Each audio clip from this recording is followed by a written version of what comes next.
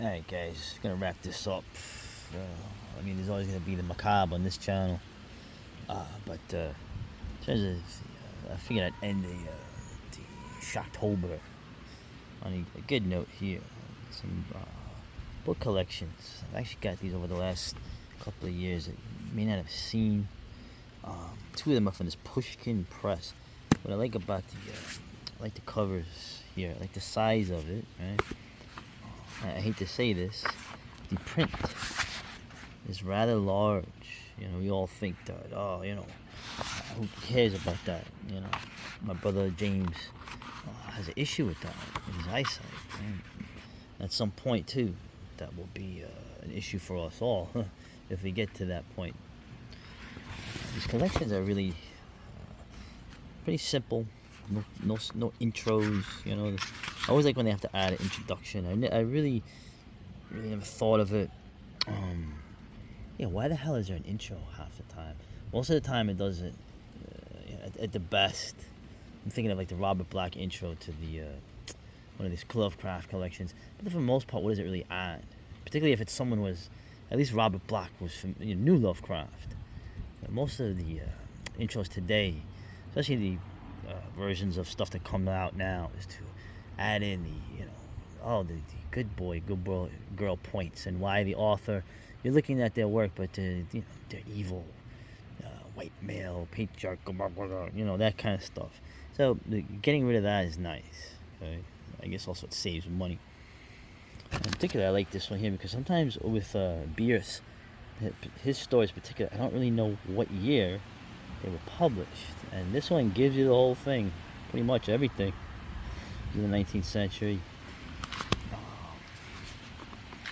And it's a good collection of tales. I have a big collection, but like I said, you get the essentials. Moxon's Master, it's like a science fiction story. Okay? You could argue it's like a precursor to the Terminator, but done in the style of Bitter Bierce. Like the suitable surroundings is as funny and as satirical as it is a horror story. In fact, there's a lot of that going through there. There's a lot of cynicism, but kind of clever stuff in it. So, of course, Occurrence at Owl Creek Bridge. That's always his most famous story. One of his Civil War kind of stories. But, the fantastical. If you think about it, right? What movie took this idea? A very underrated film, right? Jacob's Ladder. It's essentially an occurrence at Owl Creek Bridge. So hit me up in the comments if you know what I'm talking about. What's the damn thing? This one I had never. Well, actually no. I'll get into that later. But it's a pretty good selection of stories. Same publisher here, King in Yellow. Now, I'm a huge fan of the King in Yellow. Of course, the actual book. There's only 4 stories in it that take place in this King in Yellow universe that Robert W. Chambers had created. Once again, no intro, right? And it just gives you the 4 stories of that universe. Amazing, obviously, the King in Yellow is a reference to the Yellow Book, right? The Yellow 90s, right? The decadent 90s. Chambers was an art student in Paris. So in some ways you can argue that the King in Yellow is partly a parody, partly a kind of his time there, because most of the protagonists, there's a one story, The Mask, where they're essentially art students in Paris, but a lot of the stories take place in the old New York, okay, which I really like. And once again, the print is really big. And I'll say it again, I like all the stories, but this story here is one of my top 10 stories of all time, The Repair of Reputation. Okay? And it's very nice not to have an intro, particularly in reference to the first page or so of this alternative America of 1920.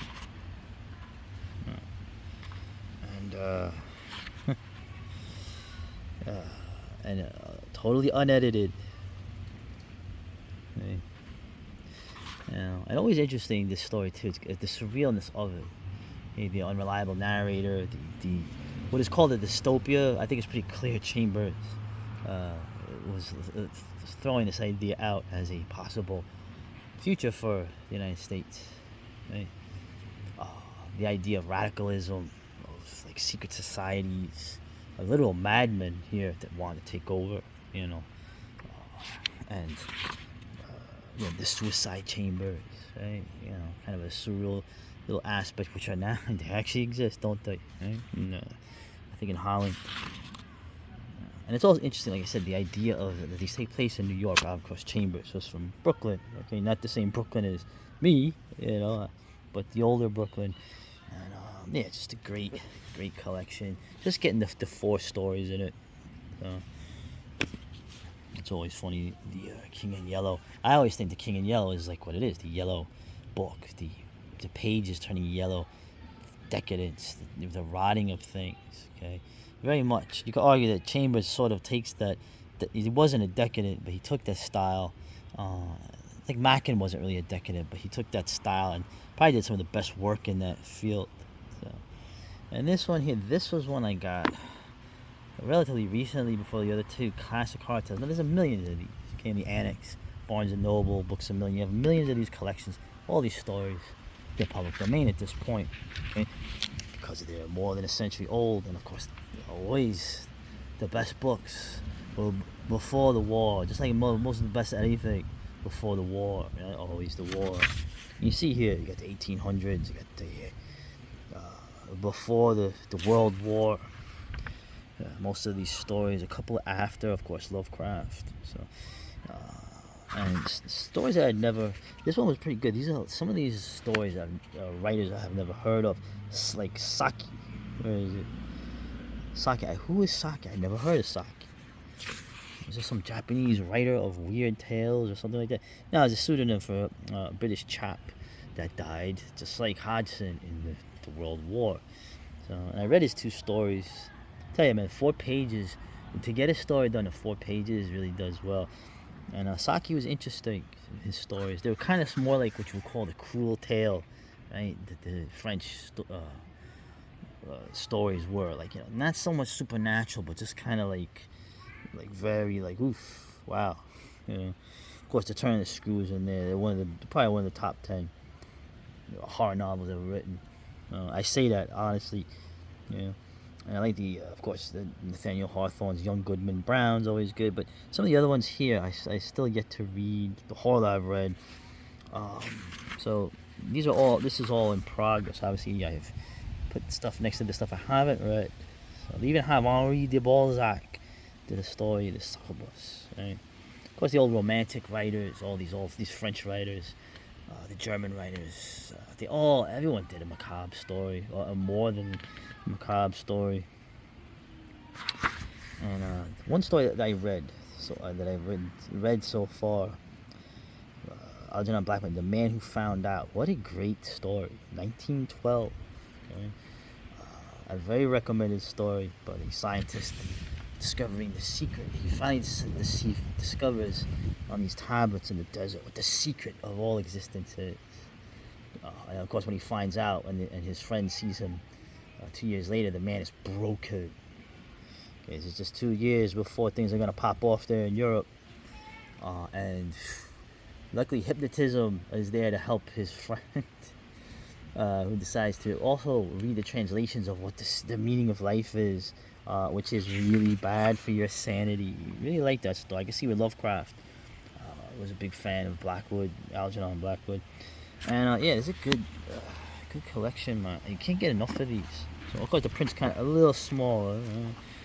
I don't have an issue with that yet, but like I said, just some. Who's the publisher of this? Word Cloud Classics. All right. In 2017, this came out. Interesting. So these are some good collections to the literature of the best horror. Let's be honest, the late 19th century, and before, during, and in between the two wars. After that, well, they served their purpose. They were trying to warn you. So horror, in the end, is not empowerment for the final girl, right? Horror is not, a jump scare. Horror is not fashionable. Horror is a warning. Okay, just like a Neanderthal would have told a younger Neanderthal at the fire. Okay, if they had language, maybe they didn't. But you get what I'm saying. So, a warning of the dangers of this unknowable world, this unknowable existence. And on that note, well, happy happy All Saints Day. Okay, let's all try to get in gear and try to improve ourselves as men and create the things, make our reality, make the things we want to see. Not be the change that you want to see. Nah, fuck that. You do it for you. You, as an academic agent says, you sent to yourself. You make this happen for you.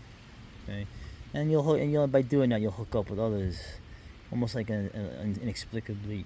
Okay? But as for the world, man, to hell with this world.